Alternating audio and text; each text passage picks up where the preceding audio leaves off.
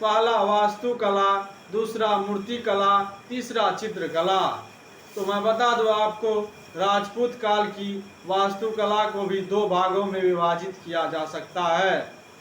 उत्तरी भारत की आर्य शैली को, दक्षिण भारत की द्रविड़ शैली। उत्तर भारत के मंदिरों की विशेषता यह है कि इनमें देवी देवताओं की मूर्ति मुख्य द्वार के सामने बने हुए हैं, प्लेटफॉर्म या आलय पर स्थापित है, जो आलय के सामने ढका हुआ है, और प्रांगण होता है, जो प्रांगण में खड़े होकर भी मूर्ति के दर्शन किए जाते थे, और आलय के चारों ओर चक्कर लगाने के लिए प्रांगण में से ही प्रदक्षिण पथ बनाया जाता था। इन मंदिरों के आलय की छत शिखर के ऊपर से होती थी और ऊपर की ओर संकीर्ण होती जाती है।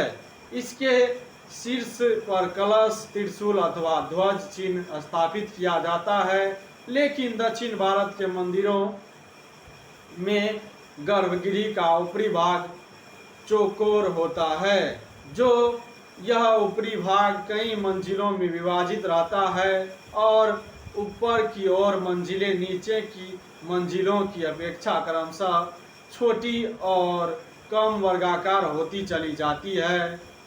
दक्षिण भारत के मंदिरों में गर्भ के सामने अनेक स्तंभों पर टिका हुआ है मंडप, जो और इसके बाहर छत विहीन प्रांगण होता है। इनका प्रवेश द्वार अति विशाल तथा गोपुर युक्त होता है।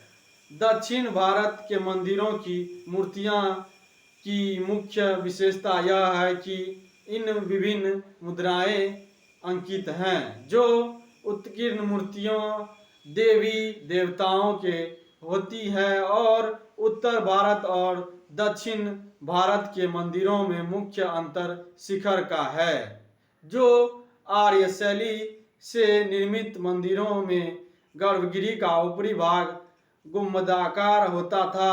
यह गुंबद बुर्ज के समान होता था और ऊपर की ओर छोटा होता चला जाता था। गर्भगृह के बाहर चारों तरफ परिक्रमा लगाने के लिए मार्ग बनाया जाता था। उच्च शिखर मंदिर के गौरव को बढ़ाता था।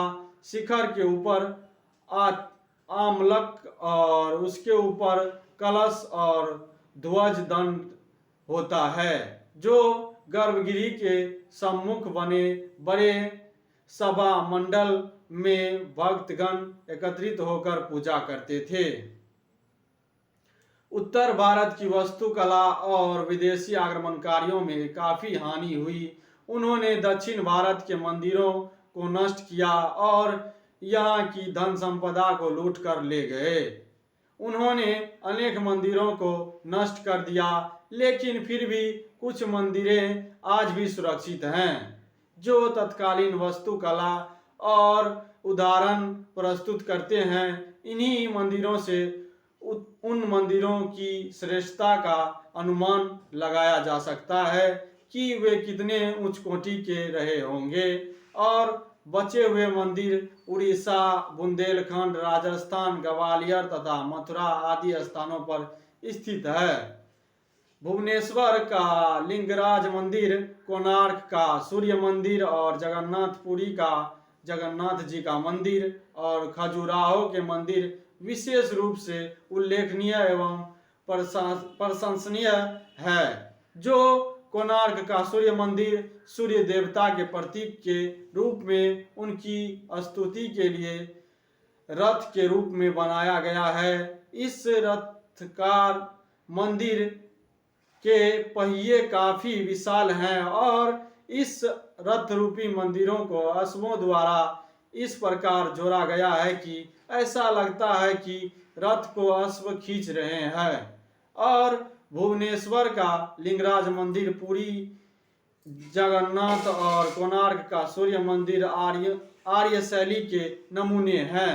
जो 11वीं सदी में बने लिंगराज मंदिर का शिखर 36.5 मीटर ऊंचा है और जिस पर नाग कन्याओं की संजीवनी मूर्तियां रखी हुई है और फर्ग्यूसन के अनुसार लिंगराज मंदिर हिंदू मंदिरों में सर्वश्रेष्ठ है।